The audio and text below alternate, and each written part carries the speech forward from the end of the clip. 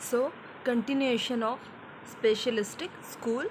हमने पढ़ा था लास्ट क्लास में बच्चों scope of sociology. Scope of sociology is divided into two that are specialistic school and second one is synthetic school.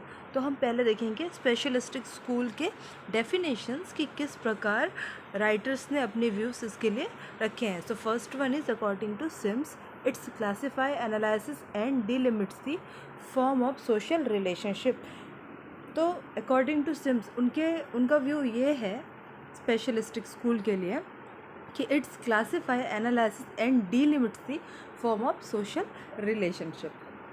Social relationship जो भी maintain करते हैं सोसाइटी के अंदर पीपल्स, गैदरिंग ऑफ पीपल जिस प्रकार से अपने रिलेशनशिप को मेंटेन करके रखते हैं वो एक एनालिसिस के बेसिस में होता है और इसके लिए कोई लिमिट्स नहीं होता है। हम जिस प्रकार से चीज़ों को एक्सेप्ट करते हैं उस प्रकार से हम लोग उस चीज़ को एडजस्ट करते हैं और अपने बिहेवियर में लेके आते हैं। तो उन्होंने कहा है कि it's classify analysis and delimits the form of social relationship. सामाजिक रिलेशनशिप कैसे हमको मेंटेन करना चाहता है that is depend on interaction और दो लोगों के बीच के रिलेशनशिप के ऊपर डिपेंड करता है। ठीक है। And second one is according to Small's का कहना है it does not understand to study all the action of society. ठीक है। उन्होंने सीधे ये बोला है कि सोसाइटी के अंदर इतने सारे फंक्शंस हैं, इतने सारे स्ट्रक्चर्स हैं कि हर चीज़ के बारे में स्टडी करना पॉसिबल नहीं है। It does not understand to study all the action of society. Sociology के अंदर हम सोसाइटी की हर एक्टिविटी के ऊपर स्टडी नहीं कर सकते। Then according to Max Weber's view. ठीक है। मैक्स वेबर का कहना है कि it study interpretation and understanding of behaviour and its concern with analysis and classification and types of social relationship. ठीक है। उनके अकॉर्डिंग उनका कहना है कि ये है study interpretation and understanding of behaviour. ठीक है।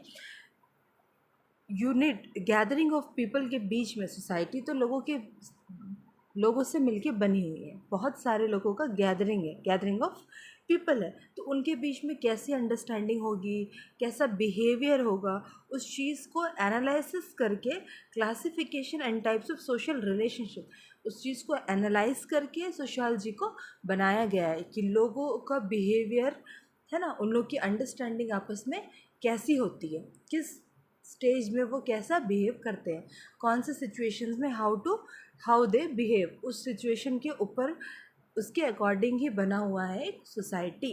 ठीक है। उनका कहना ये it study interpretation and understanding of behaviour and its concern with analysis and classification and types of social relationship.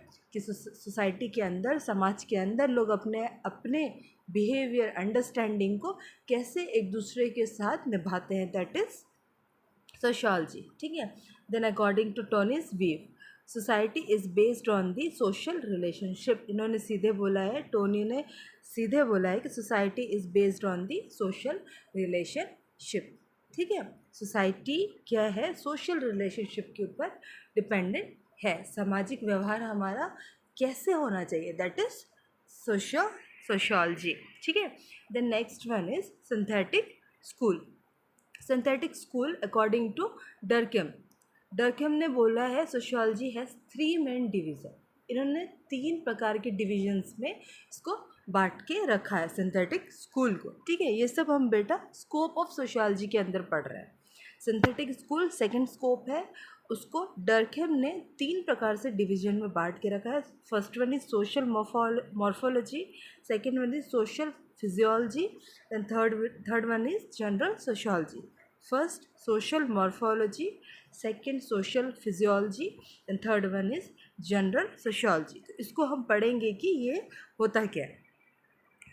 So next one is first is morphology, social morphology. Morphology का मतलब होता है किसी भी चीज़ की एक आकृति, एक स्ट्रक्चर किसी भी चीज़ को देना। ठीक है। देन सोशल मॉर्फोलॉजी मतलब समाज का जो स्ट्रक्चर है उसके बेसिस में उन्होंने बोला है it is concern with geographical territorial basis of the life of people and the problems population such as its volume, and density, local distribution and the like. तो उन्होंने बोला है मॉर्फोलॉजी के बेसिस में, एक स्ट्रक्चर के बेसिस में society को बोला है कि ये सिर्फ पॉपुलेशन है ना, जोग्राफिकली एरिया के हिसाब से बना हुआ है। जैसे कि हम लोगों ने इंडिया, पाकिस्तान, बेटा अब्रॉड, सारी चीज़ों को बांट के रखा है। लेकिन जहाँ जहाँ भी जो भी जगह है, स्टेट है हमारा, है ना, उसके हिसाब से अगर हम देखें तो एक मोहल्ला है, ठीक, एक कॉलोनी है, कॉलोनी के हिसाब से, फिर रिलीजन के हिसाब से हमने जोग्राफिकली अपने जो सोसाइटी को बांट के रखा है basis on the life of people and the problems population. देखना, एक लिमिट पॉपुलेशन के अकॉर्डिंग भी बांट के रखा है, as its volume and density, local distribution and the like. जो चीज़ हमको जैसे रहना पसंद है, छोटी सी जगह में हम बहुत सारी चीज़ों को, बहुत सारे लोगों को नहीं रख सकते, तो सब कुछ डिस्ट्रीब्यूट हुआ है अकॉर्डिंग टू पीपल, कि वो कैसे एडजस्ट करना ना पड़े, है ना। जोग्राफिकल एरिया हर किसी के लिए सीमित तरीके से रखा गया है। तो बोला है कि social morphology depends on the population और क्या, geographical basis and the distribution and like, ठीक। Then second one is social physiology.